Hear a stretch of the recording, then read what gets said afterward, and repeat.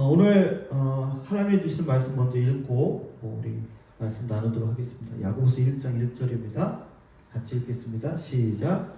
하나님과 주 예수 그리스도의 종인 야고보가 세계에 흩어져 사는 12지파에게 임한을 드립니다. 아멘. 야고보서 말씀을 좀 여러분들과 함께 나누고자 하는데요. 제목을 한번 따라해 볼까요? 복음은 무거운 짐이 아니다. 무거운 짐이 아니다. 네. 복음은요, 우리에게 무거운 짐을 지어주는 것이 아니에요. 사실 이 야고보서는 조금 이렇게 논란이 되었던 말씀입니다. 심지어 종교개혁자 마틴 루터도 이 책을, 이 야고보서를 별로 좋아하지 않았어요. 그래서 야고보서를 뭐라고 했냐면 지푸라기 서신이라고 불렀어요. 왜 그랬을까? 이 루터는 종교개혁의 핵심이 뭐냐면 오직 믿음으로 였거든요. 오직 믿음으로 우리는 구원받는다. 그런데 야고보서를 보니까 이렇게 되어 있는 거예요. 2장 17절에 한번 2장 17절 한번 같이 위에 읽어볼게요. 시작. 행함이 없는 믿음은 그 자체가 죽은 것이라. 그리고 세 번역으로도 같이 읽겠습니다. 시작. 이와 같이 믿음에 행함이 따르지 않으면 그 자체만으로는 죽은 것입니다. 이렇게 말씀을 하는 거예요. 그러니까 루터에게는 이 말씀이 충격적이었던 거죠. 아니, 믿음으로만 구원받는다라는 이 복음의 핵심을 내가 외쳤는데 여기서는 좀 다르게 얘기하는 것 같으니까 이거 지푸라기 서신처럼 이렇게 여겼다라는 거예요. 야고보가 말하는 것은요, 행위로 구원받는다가 아니라 오히려 이렇게 말하고 있는 거예요. 따라서 볼까요? 진짜 믿음이라면 반드시 삶의 열매로 드러난다. 야고보서에서 말씀하고자 하는 것은 이거예요. 정말 네가 믿는다고 말하지만 네 삶에 그 믿음이 보이느냐라는 거예요. 여러분, 이 말씀은요, 우리를 정죄하기 위한 말씀이 아니라 믿음을 다시 점검하고 새롭게 일어서라는 하나님의 사랑의 초대인 줄 믿습니다. 여러분, 우리가 기억해야 될 것은 뭐냐면 루터, 칼빈, 웨슬리, 어거스틴, 수많은 우리의 믿음의 신앙의 선배들이 완전한 사람들이 아니었다라는 거예요. 한때 그들이 하나님 앞에 크게 쓰임 받았지만 여전히 시대의 한계와 자신들의 편견 속에서 살았던 사람입니다. 그러므로 우리는 그들의 말보다도 더 높이 하나님 그 말씀 자체를 붙들어야 될 줄 믿습니다. 오늘 이 시간에 이 야고보서를 통해서 우리에게 하나님이 이렇게 말씀하시는 거예요. 너의 믿음을 다시 점검해봐. 다시 점검해봐. 다니엘, 너의 믿음을 한번 점검해봐. 믿음이 말로만 머물지 않고 너의 삶에서 빛을 발하도록 다시 세워봐. 이렇게 주시는 그 음성을 들을 수 있는 시간 될 수 있기를 간절히 축복합니다. 여러분, 우리는요, 교리가 아니라 하나님의 말씀을 들어야 됩니다. 디모데후서 3장 16절에서 17절 말씀 한번 같이 읽겠습니다. 시작. 모든 성경은 하나님의 감동으로 된 것으로 교훈과 책망과 바르게 함과 의로 교육하기에 유익하니 이는 하나님의 사람으로 온전하게 하며 모든 선한 일을 행할 능력을 갖추게 하려 합니다. 세 번역으로도 읽어볼게요. 시작. 모든 성경은 하나님의 영광으로 된 것으로서 교훈과 책망과 바르게 함과 의로 교육하기에 유익합니다. 성경은 하나님의 사람을 유능하게 하고 그에게 온갖 선한 일을 할 수 있게 하는 것입니다. 아멘. 여러분 믿으십니까? 네. 그래서 우리가 말씀을 읽어야 되는, 이 야고보서도 하나님의 감동으로 된 말씀이기에 우리가 읽을 때 교훈을 받고 책망을 받고 바르게 되고 이롭게 되어서 온전해질 뿐만 아니라 모든 선한 일을 행할 능력을 얻게 될 줄 여러분 믿습니다. 루터는 이 야고보서를 지푸라기 서신이라고 아주 좀 낮게 여겼지만 이 작고 가벼워 바람에 날아갈 것처럼 보이는 이 지푸라기는요, 굉장히 중요합니다. 건축에 있어서 굉장히 중요한데 한번 지푸라기가 뭔지 볼게요. 자, 아니요, 아까 이게 지푸라기예요. 그건 뭐냐면, 자, 별을 본 사람이 있어요. 쌀을 다니엘 봤고 우리 이랑이 이룸이 봤어요? 벼 이렇게 자라는 거? 이랑이 봤어요? 못 봤어? 라이언이 하이는 봤어요? 벼. 오케이. 우리가 먹는 쌀 있잖아요. 그게 자라나잖아요. 이게 그거예요. 그러면 저 끝에 쌀들이 다 이렇게 달려 있어. 그러면 그걸 다 털어서 쌀로 우리가 먹고 나머지 이 줄기만 남은 걸 지푸라기라고 해요. 근데 옛날에는 벽돌을 만들 때 어떻게 만들었냐면 이렇게 지푸라기를 이렇게 섞어서 만들었어요. 그래야 이 벽돌이 튼튼하기 때문에 그렇습니다. 그 출애굽기에 보면 이스라엘 백성들이 애굽에서 노예 생활을 했어요. 그때 뭐를 했냐면 벽돌 만드는 일을 시켰어요. 벽돌 만드는 이렇게 이런 벽돌을 만들도록 시켰는데 모세가 가서 이스라엘 백성들을 데리고 나오려고 바로 왕에게 얘기했더니 뭐라고 했냐면 바로가 더 이상 이 지푸라기를 주지 않고 스스로 주워 오게 해서 벽돌을 만들라라고 얘기를 했어요. 아주 보잘것없는 것 같은 그냥 뭐 밖에서 우리가 흔히 볼 수 있는 풀떼기 같지만 이 벽돌을 만들 때는 굉장히 중요한 그런 요소입니다. 이것이 없이는 안 되는 거죠. 마찬가지로 여러분 우리 신앙에 있어서도 지푸라기 같은 그런 말씀일지라도 우리 신앙에는 정말 필요한 말씀이다라는 우리 눈에 잘 띄지 않고 작은 구절처럼 보여도 그것을 통해서 우리가 지탱할 수 있는 힘이 될 수 있다라는 거예요. 여러분 행함이 없는 믿음은 죽은 믿음이다라는 말씀이 우리 믿음의 뼈대를 세우는 것임을 믿으시기 바랍니다. 그런데 여러분 사실 하나님은 우리를 강하게 하실 때 먼저 하시는 일이 있어요. 뭐냐면 낮추시고 부드럽게 만드세요. 여러분 이 지푸라기가 섞인 이 벽돌을 만들기 위해서는요 먼저 반죽을 해야 돼요. 반죽. 그래서 흙을 부드럽게 만들어야 됩니다. 그래야 불에 구워서 단단한 벽돌이 됩니다. 우리의 시험과 고난 그리고 때로는 마음을 찌르는 책망의 말씀이 바로 이 과정인 거예요. 우리를 부드럽게 하는 과정이다라는 거죠. 여러분 고린도후서 4장에 이런 말씀이 있어요. 우리가 사방으로 우겨쌈을 당하여도 쌓이지 아니하며 답답한 일을 당하여도 낙심하지 아니하며 넘어뜨림을 당하여도 망하지 아니합니다. 정말 우리가 지푸라기처럼 연약한 그런 인생을 하나님께서 붙들고 계시는 나는 말씀이에요. 우리가 붙들어야 할 것은 바로 이 말씀이다라는 거예요. 아무것도 할 힘이 없을 때 이 말씀을 붙드는 순간 여러분 다시 일어설 수 있음을 믿으시기 바랍니다. 무너진 마음은요 소망으로 채워지고 삶은 다시 세워집니다. 혹시 오늘 지쳐있는 분들이 계시다면 이 말씀 붙들고 일어날 수 있기를 간절히 축복합니다. 이 지푸라기와 같은 작은 말씀 한 구절로 다시 시작하게 하시는 분이 바로 하나님이시다라는 거예요. 우리의 신앙이 다시 세워지고 벽돌처럼 단단해지기를 예수님의 이름으로 축복합니다. 여러분 야고보서는 단순히 교리를 가리키는 책이 아니라 삶을 변화시키는 말씀입니다.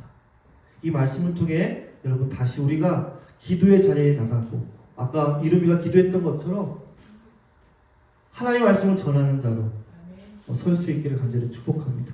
그래서 무너진 자리에 무너진 관계를 다시 세우고 막 친구들과 그런 깨어진 관계가 있다면 우리 아이들이 가서 그 관계를 회복시키고 믿음의 동행 행동으로 나아가는 그런 우리가 될 수 있기를 간절히 축복합니다. 우선 야고보서를 우리가 볼 때 이 야고보가 누구인지를 한번 봐야 돼요. 1절 말씀을 다시 볼게요. 1절 말씀에 보면 자 하나님과 주 예수 그리스도의 종인 야고보가 라고 말씀하고 있어요. 야고보가 자기 자신을 소개합니다. 예수님의 육신의 동생이었어요. 예수님의 공생애를 시작하기 전까지 함께 생활했던 함께 지냈던 그런 형제였던 거예요. 만약에 제가 야고보였다면 어떻게 소개했을까요? 아마 위대한 그 예수님의 동생 야고보 그게 접니다 라고 했을 수도 있어요. 다윗의 후손이고 정말 수많은 기적을 일으키는 예수님 그 동생이라고 소개할 수도 있었을 것 같아요. 그런데 여러분, 교회 역사에 따르면요, 야고보는요 초대교회 지도자였는데 별명이 뭐였냐면, 별명이 뭔지 아세요? 이 야고보의 별명이 낙타무릎이었어요. 낙타무릎. 왜냐하면 홀로 성전에 들어가서 이 무릎 꿇고 기도하다가 이 무릎이 낙타무릎처럼 굳어졌다라는 별명을 가졌다고 그래요. 어쩌면 이런 별명을 갖고 있는 이 야고보가 그렇게 얘기할 수도 있죠. 나 그렇게 많이 기도했던 사람이야, 야고보야 라고 경력이나 별명을 내세울 수도 있었지만, 야고보는 그렇게 하지 않았어요. 오직 뭐라고 했냐면 하나님과 주 예수 그리스도의 종이다라고 자신을 소개합니다.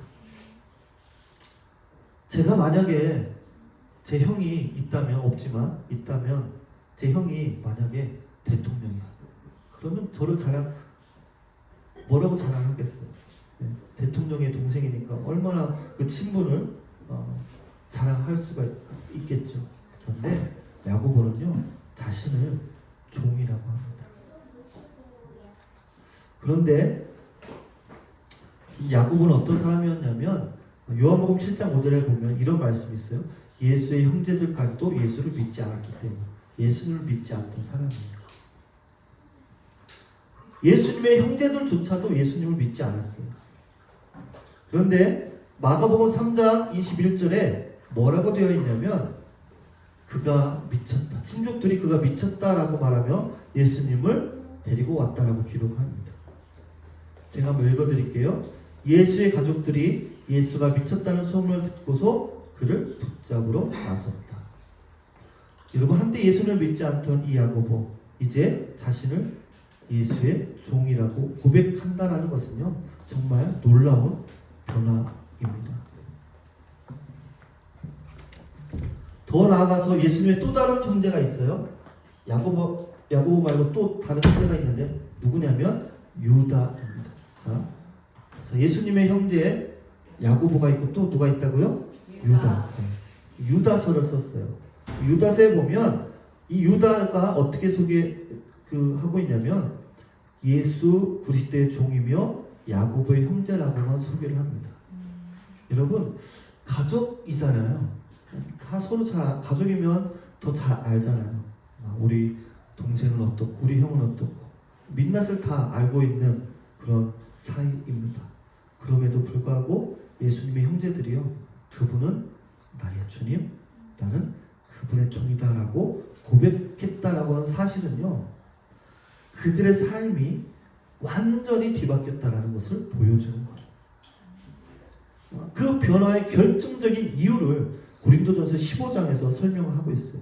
뭐라고 했냐면, 내가 받은 것을 먼저 너에게 전하였노니 이는 성경대로 그리스도께서 우리 죄를 위하여 죽으시고 장사하시는 바 되셨다가 성경대로 사흘 만에 다시 살아나사 게바에게 보이시고 그 후에 12 제자에게와 그 후에 500여 형제에게 일시에 보이셨나니, 그 후에 야고보에게 보이셨으며 맨 나중에 만삭되지 못하여 난 자 같은 내게도 보이셨느니라. 뭐예요? 야고보는요 부활하신 예수님을 직접 만난 거였어요. 십자가에서 죽으신 그분이 다시 살아나셔서 자신 앞에 나타나신 거예요. 그 순간 야고보의 인생이 완전히 바뀌었다라는 것입니다. 예수님을 미쳤다라고 생각했던 동생이 이제 예수님을 주님으로, 자신은 그분의 종으로 고백하게 되었던 것입니다. 이 변화의 방식은요 사울, 바울과도 비슷합니다. 여러분, 바울도 원래 예수 믿는 사람들을 잡아 죽이던 일을 했던 사람이죠. 그런데 다메섹 도상에서 부활하신 예수님을 만나고 나서 인생이 180도 달라졌습니다. 그래서인지 야고보는 사도 바울을 이해하고 그를 믿어주고 받아들여줬어요. 갈라디아에서 보면 바울이 이렇게 얘기를 합니다.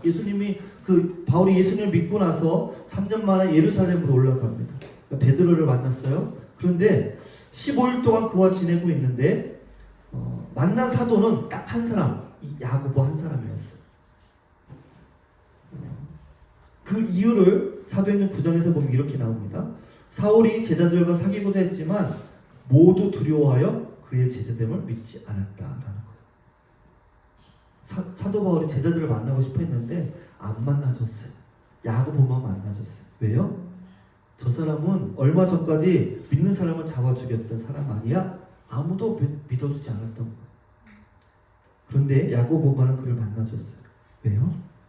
야고보 역시 한때 예수님을 믿지 않던 사람이었기 때문에 그래요. 부활하신 예수를 만나 믿게 된 자신처럼 바울이 변화됐다라는 사실을 믿을 수 있었던 거예요. 여러분, 이것은 우리에게 굉장히 중요한 교훈을 줍니다. 물론 우리가 지금 살아가면서 의심하는 것이 꼭 나쁜 것만은 아니에요. 예수님이 안 믿어질 수 있어요. 하나님이 안 믿어질 수 있어요. 지금 여기서 예배 드리고 있지만 우리 아이들 중에도 예수님이 안 믿어질 수도 있어요. 그런데 그게 다 나쁜 것은 아니에요. 이 시간을 지나서 여러분, 예수님을 야고보처럼 바울처럼 만날 수 있는 거예요. 이 시간들을 겪었던 사람들은 이 시간들을 겪고 있는 사람들을 이해할 수 있는 거예요. 그래서 야고보는 바울을 이해할 수 있었던 거예요. 여러분, 믿지 않다가 부활하신 주님을 만나 인생이 완전히 바뀌었습니다. 오늘 이 자리에 계신 분들 중에도 아직 예수님을 믿지 못하는 분이 계시다면 부활하신 주님을 만나시기를 간절히 축복합니다. 여러분, 야고보는 부활하신 예수님을 만난 후에 초대교회의 아주 중요한 지도자가 됩니다. 특별히 감사한 것은 그가 기도하는 지도자였다라는 거예요. 사도행전 1장 14절을 보면 여자들과 예수의 어머니 마리아 그리고 예수님의 형제들 야고보와 유다가 오순절을 기다리며 마가의 다락방에서 간절히 기도했다라고 기록을 하고 있죠. 기도에 힘쓸 때 성령께서 임하셨습니다. 야고보는 그때뿐 아니라 여러분, 그때 잠시 성령의 능력을 힘입어서 그때만 기도하는 것이 아니라 평생 기도의 자리에서 하나님과 교제하는 사람이 되었습니다. 한번 단순히 성령을 경험하고 나서 끝난 사람이 아니라 평생을 하나님 앞에 무릎 꿇는 삶을 살았다라는 거예요. 그래서 그의 별명이 뭐라고요? 낙타무로. 그렇게 기도하는 사람이 되었습니다.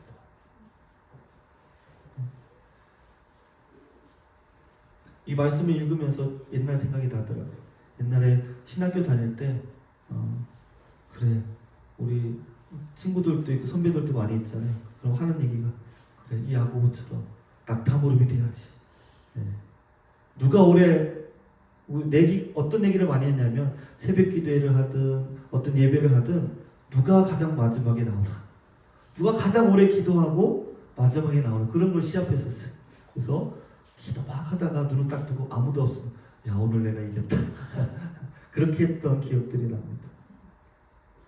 기도의 사람으로 알려진 이 야고보. 또 기도의 책을 많이 쓴 분이 있어요. 이안 바운주라고 목사님이신데 그분이 뭐라고 말씀하셨냐면 오늘날 교회에 필요한 것은 더 나은 시스템이 아니라 더 정교한 조직도 아니고 성령이 사용하실 수 있는 기도의 사람들이다. 여러분, 기도는 우리 인간의 공허함을 채우고 하나님의 충만함으로 채웁니다. 인간의 가난함을 하나님의 부요함으로, 인간의 연약함을 하나님의 권능으로, 인간의 작음을 하나님의 위대함으로 채우는 시간인 줄 믿으시기 바랍니다. 여러분, 골방에서 하나님을 만난 적이 없다면 하나님을 진정으로 만난 적이 없는 것이에요. 그래서 하나님은 우리에게 기도의 부담을 주십니다. 우리 교회가, 우리 개인이 여러분 기도하는 개인, 기도하는 교회가 될 수 있기를 간절히 축복합니다. 은혜를 사모하며 은혜의 비를 구할 때 여러분 은혜가 많아지고 더 많아지고 넘치고 넘쳐서 우리 안에 우리 이웃들에게 흘러갈 줄 믿습니다. 여러분, 성경에 보면 홍수 이야기가 나옵니다. 물이 많이, 비가 많이 내리고 그래서 이 세상에 물이 가득 찼어요. 그런데 홍수가 그치고 나서 물이 줄어들어 산이 드러났다라고 기록을 합니다. 그런데 여러분, 우리가 교회가 은혜가 줄어들면 무엇이 드러날까요? 은혜가 줄어들면 뭐가 드러날까요? 인간의 교만함이 드러납니다. 은혜가 사라지면요, 내 힘과 내 의지가 드러납니다. 그래서 우리는 반드시 기도해야 하는 것이죠. 기도하는 교회, 기도하는 성도, 기도하는 은혜가 가득한 교회가 될 수 있기를 간절히 축복합니다. 여러분, 초대교회에 아주 큰 논쟁이 하나 있었어요. 뭐냐면 처음에 예수님을 믿는 사람들이 유대인이었잖아요. 그런데 유대인들은 율법을 지키고 또 할례를 받는 것이 당연했어요. 그런데 시간이 지나면서 유대인이 아닌 이방인들이 예수님을 믿기 시작했어요. 그러면서 문제가 생깁니다. 이 사람들도 우리처럼 할례를 받게 하고 그다음에 율법을 지키게 해야 된다 라고 얘기를 하는 거예요. 그러니까 아니야, 그렇게 하면 예수 믿기 너무 힘들어. 믿음으로만 구원받는 거야. 사도행전 15장을 보면 이 문제를 해결하기 위해서 예루살렘에 회의가 열립니다. 그래서 베드로가 먼저 이렇게 얘기합니다. 우리가 주 예수의 은혜로 구원받은 것 같이 그들도 그러한 줄을 믿노라. 구원은 율법을 지켜서가 아니라 예수님의 은혜를 받는다는 것을 강조합니다. 그리고 마지막으로 야고보가 일어나서 회의를 정리합니다. 사도행전 15장 19절에 20절에 이렇게 말합니다. 형제들아, 이방인 중 하나님께로 돌아오는 자들을 괴롭게 하지 말고 다만 우상의 더러운 것과 음행과 목 메어 죽인 것과 피만 멀리하게 하라. 예수님을 믿는데 꼭 필요한 최소한의 기준만 남기고 나머지 부담을 주지 말자고 결정을 한 거예요.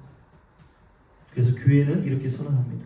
성령과 우리는 이 외에는 아무 짐도 너에게 지우지 않기로 하노라. 아멘. 할례가 뭐예요? 네?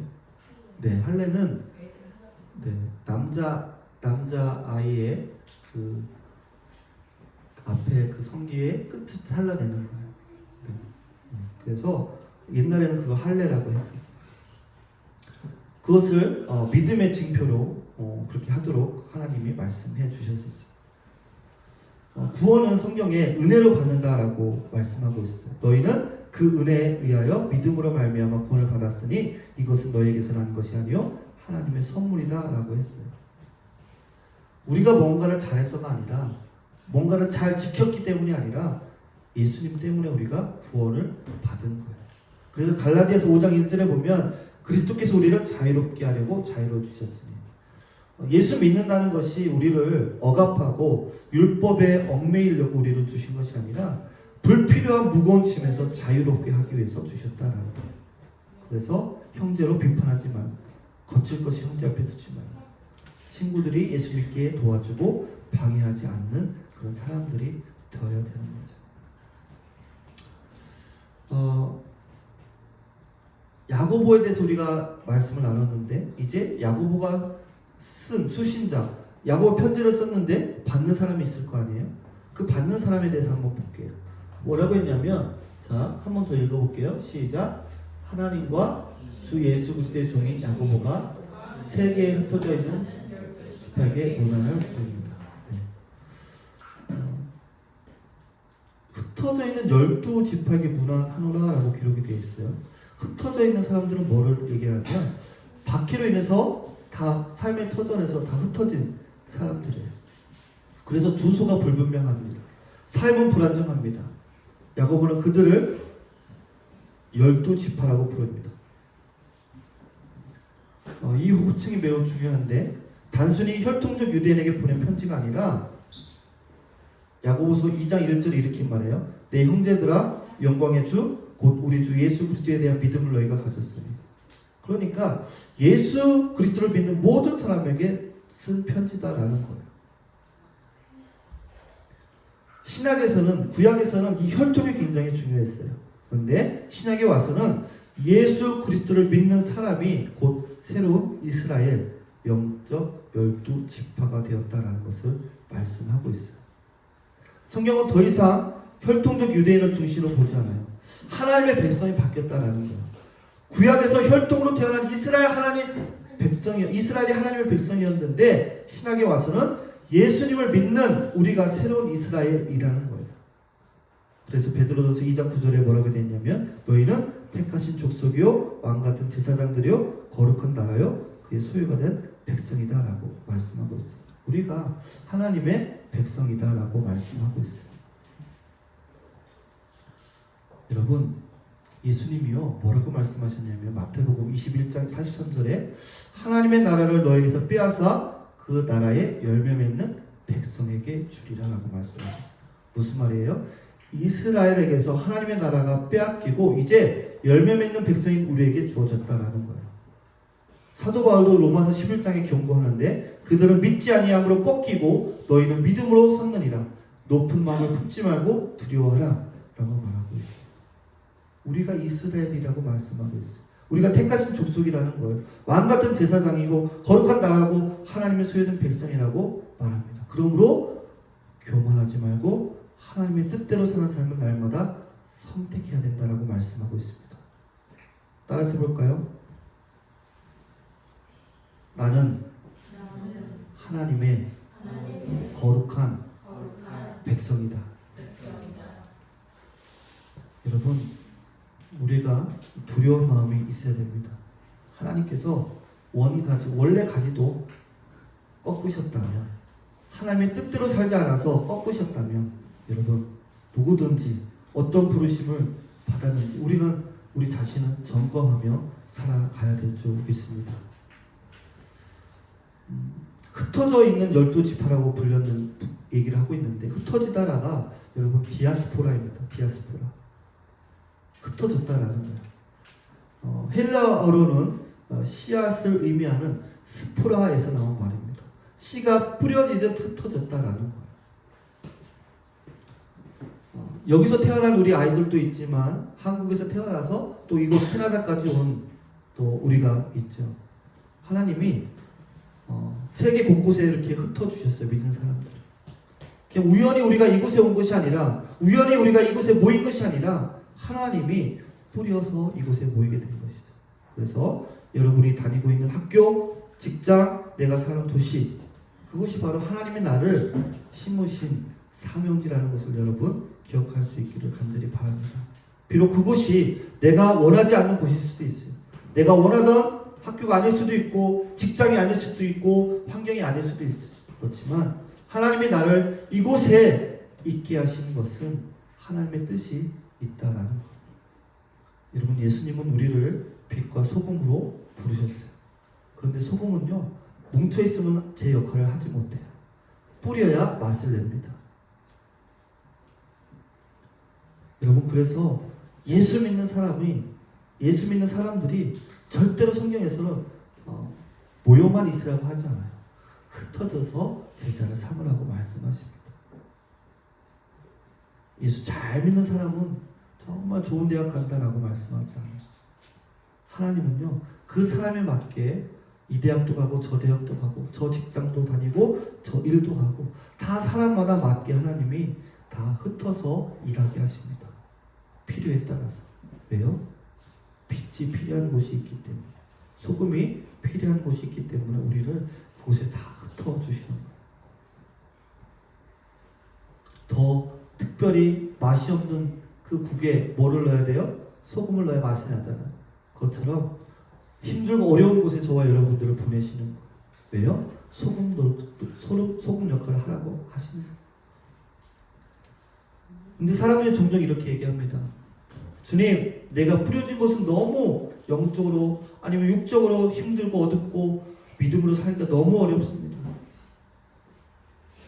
이 말은요, 소금이 이렇게 말하는 것 같다라는 거예요.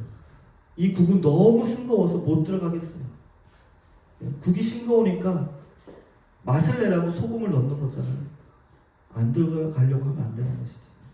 마찬가지로 영적으로 어둡기 때문에 하나님이 여러분을 그 가정에 보내신 것이고 그 학교에 보내신 것이고 그 직장에 보내신 거예요. 어떻게 하라고요?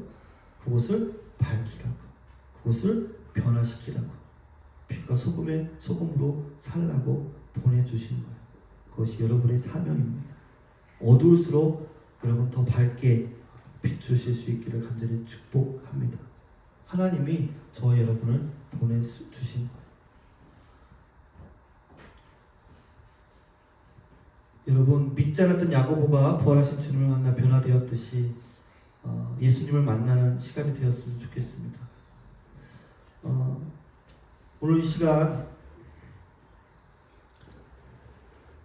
같이 한번 기도하기 원하는데